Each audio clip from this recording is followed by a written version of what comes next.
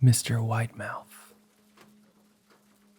During my childhood, my family was like a drop in a vast river, never remaining in one location for long. We settled in Rhode Island when I was 8, and there we remained until I went to college in Colorado Springs. Most of my memories are rooted in Rhode Island, but there are fragments in the attic of my brain which belong to the various homes we lived in when I was much younger. Most of these memories are unclear and pointless, chasing after another boy in the backyard of a house in North Carolina, trying to build a raft to float on the creek behind the apartment we rented in Pennsylvania, and so on. But there is one set of memories which remains clear as glass, as though they were made just yesterday. I often wonder whether they are simply lucid dreams produced by the long sickness I experienced that spring, but in my heart, I know that they are real. We were living in a house just outside the bustling metropolis of New Vineyard, Maine, population 643. It was a large structure, especially for a family of 3. There were a number of rooms that I didn't see in the 5 months that we resided there. In some ways, it was a waste of space, but it was the only house on the market at the time, at least within an hour's commute to my father's place of work. The day after my 5th birthday, attended by my parents alone, I came down with a fever. The doctor said I had mononucleosis, which meant no rough play and more fever for at least another 3 weeks. It was horrible timing to be bedridden. We were in the process of packing our things to move to Pennsylvania, and most of my stuff was already sealed away in boxes, leaving my room barren. My mother brought me ginger ale and books several times a day. They served the function of being my primary form of entertainment for the next few weeks. Boredom always loomed just around the corner, waiting to rear its ugly head and compound my misery. I don't exactly recall how I met Mr. Widemouth. I think it was about a week after I was diagnosed with mono. My first memory of the small creature was asking him if he had a name. He told me to call him Mr. Widemouth because his mouth was large. In fact, everything about him was large in comparison to his body. His head, his eyes, his crooked ears, but his mouth was by far the largest. "You look kinda like a Furby," I said as he flipped through one of my books. Mr. Widemouth stopped and gave me a puzzled look. "Furby? What's a Furby?" he asked. I shrugged. "You know, the toy. The little robot with the big ears. You can stroke and feed them almost like a real pet." "Oh," Mr. Widemouth resumed his activities. "You don't need one of those. They aren't the same as having a real friend." I remember Mr. Widemouth disappearing every time my mother stopped by to check on me. "I lie under your bed," he later explained. "I don't want your parents to see me because I'm afraid that they won't let us play together anymore."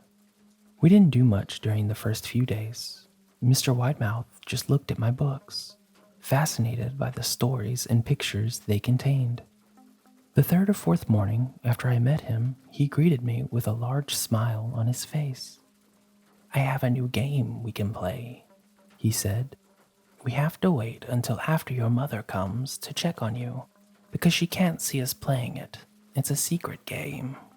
After my mother delivered more books and soda at the usual time, Mr. Widemouth slipped out from under my bed and tugged my hand. "We have to go to the room at the end of this hallway," he said. I objected at first, as my parents had forbidden me to leave my bed without their permission, but Mr. Widemouth persisted until I gave in. The room in question had no furniture or wallpaper. Its only distinguishing feature was a window opposite the doorway. Mr. Widemouth darted across it and gave the window a firm push, flinging it open. He then beckoned me to look out at the ground below. We were on the 2nd story of the house, but it was on a hill, and from this angle, the drop was further than 2 stories due to the incline. "I like to play pretend up here," Mr. Widemouth explained. I pretend that there's a big, soft trampoline below the window, and I jump. If you pretend hard enough, you will bounce back up like a feather. I want you to try." I was a 5-year-old with a fever, so only a hint of skepticism darted through my thoughts as I looked down and considered the possibility. "It's a long drop," I said. "But that's all part of the fun. It wouldn't be exciting if it was only a short drop. If it were that way, you may as well just bounce on a real trampoline." I toyed with the idea, picturing myself falling through the thin air, only to bounce back to the window on something unseen by human eyes. But the realist in me prevailed. "Maybe some other time," I said. "I don't know if I have enough imagination. I could get hurt." Mr. Widemouth's face contorted into a snarl, but only for a moment. Anger gave way to disappointment. "If you say so," he said. He spent the rest of the day under my bed, quiet as a mouse. The following morning, Mr. Widemouth arrived holding a small box.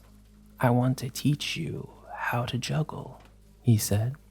"Here are some of the things you can use to practice before I start giving you lessons." I looked into the box. It was full of knives.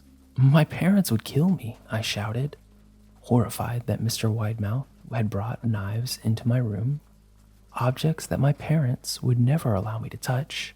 I'll be spanked and grounded for a year." Mr. Widemouth frowned. "It's fun to juggle with these.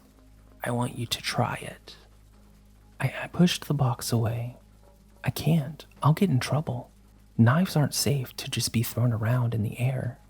Mr. Widemouth's frown deepened into a scowl. He took the box of knives and slid under my bed, remaining there for the rest of the day. I began to wonder how often he was underneath me. I started having trouble sleeping after that. Mr. Widemouth often woke me up at night, saying that he had a real trampoline under the window, a big one that I couldn't see in the dark. I always declined and tried to go back to sleep, but Mr. Widemouth persisted. Sometimes he stayed by my side until early morning, encouraging me to jump. He wasn't so fun to play with anymore. My mother came to me one morning and told me I had her permission to walk around outside. She thought the fresh air would do me good, especially after being confined to my room for so long. Ecstatic, I put on my sneakers and trotted out into the back porch, yearning for the feeling of the sun on my face. Mr. Widemouth was waiting for me. "I have something I want you to see," he said. I must have given him a weird look because he said, "It's safe, I promise." I followed him to the beginning of a deer trail which ran through the woods behind my house. "This is an important path," he explained. "I've had a lot of friends about your age.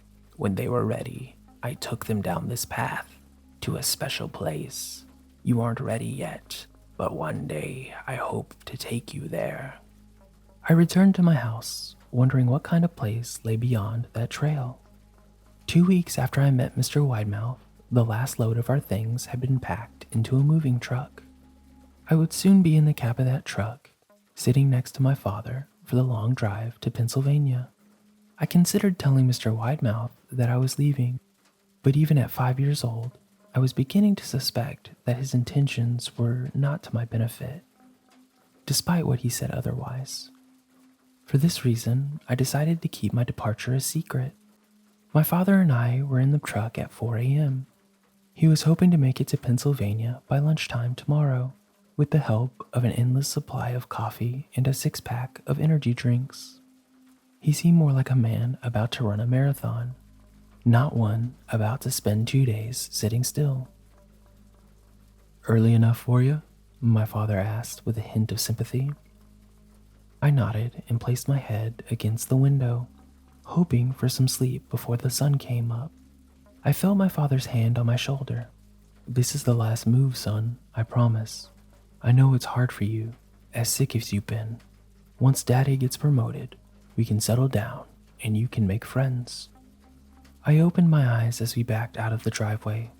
Mr. Widemouth's silhouette was in my bedroom window. He stood motionless until the truck was about to turn into the main road, at which point he gave a pitiful little wave goodbye, steak knife in hand. I didn't wave back. Years later, I returned to New Vineyard.